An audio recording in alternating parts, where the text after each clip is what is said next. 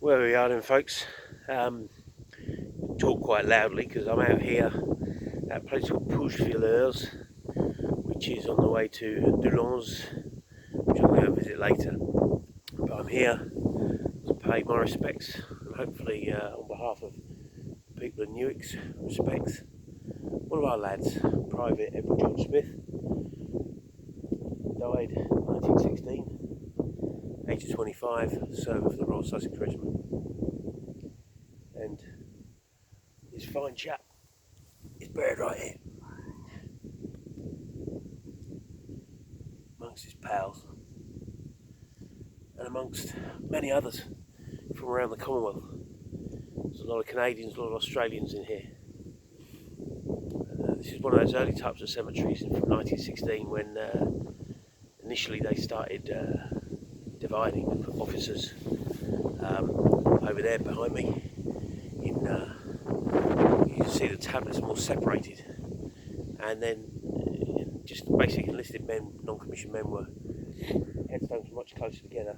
Sometimes it would be the fact that there might be a mass grave there, big grave dug and all the bodies laid, and then the tablets put up. But that practice stopped later on in the war. In the cemeteries, they realised we're going to mix them all up, no matter what rank you were. You fought and died together, so you can be buried together. So that practice thankfully stopped. But this is a classic example of that, this cemetery, and it's where young Edward is buried. And well, come here today to Edward to say thank you very much, and salute you. No consolation to all of these guys that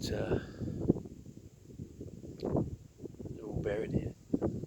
Maybe there is a consolation that they're buried in a beautiful spot, and I hope that it wasn't all in vain. As I drive through the villages and see people living their lives and enjoy themselves, I think that's what these people are thinking in their minds, that they should have the freedom to do. Whether it's a gorgeous sunny day as it was the other day, or whether it's an indifferent day like it is today, let's say, with plenty of wind, plenty of rain. But that's no hardship, is it? That's no hardship to come out in a bit of wind and rain. Put your gear on, put your hat on, stop your hair from getting wet. And it's the least that someone like myself can do while I'm over here, just to pop by and say hello to one of our lads and thank him. So until later on, enjoy the view.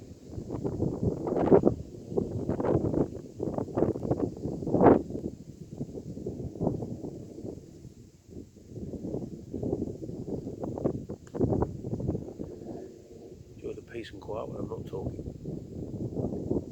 Nearly 2,000 young men buried in this cemetery. Nearly 2,000. That's a lot. Too many. Too many.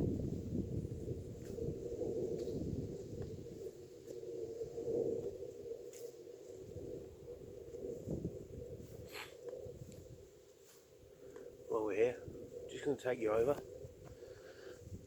to, as we find, a lot of cemeteries are very similar in the way they attempt to set them out, certain sort of rules and regs that we love to have. But every now and then, like you did the other day when I showed you yesterday, at Rossignol, where there's a lot of Germans in there, and there's triples in another at Outrench. Here we have an unusual tablet, and the tablets are all pretty generally uniform. But every now and then you'll come to a cemetery and there'll be something different for whatever reason.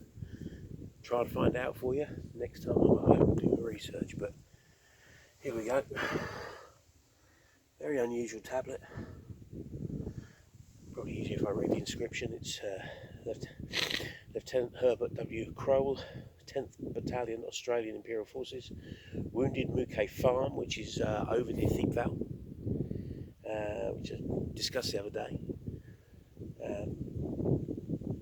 Puchevillers 20th August, and he died on the 25th of August 1916, 5 days later. He also served in the Gallipoli campaign of 1915, and he's buried here.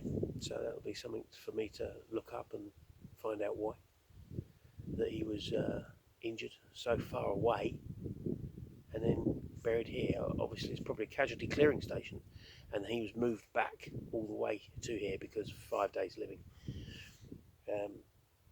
Obviously the 20th of August is a little bit of time after the 1st of July, but the battle was still raging then, so that's more than likely the reason, because he was still alive and they'd moved him all the way back here, because this would have been a casualty clearing station, hence all the names of all the bodies. And this was erected in loving memory by his wife and brother, October 1919, from Adelaide, Australia. He gave his all that they should not pass. And it is unusual that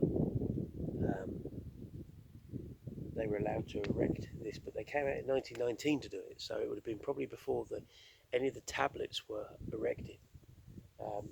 This looks like it's new, so it's very probable that this has been remade, but this would have probably been the original shape of it, and they probably came out very early on and did this when a lot of these tablets weren't here. They would have been wooden crosses or crosses of some ilk, and so they paid for this, came over and did this, and more often than not with things like that, they were then respected by the Commonwealth War Graves Commission generally, that I've been finding.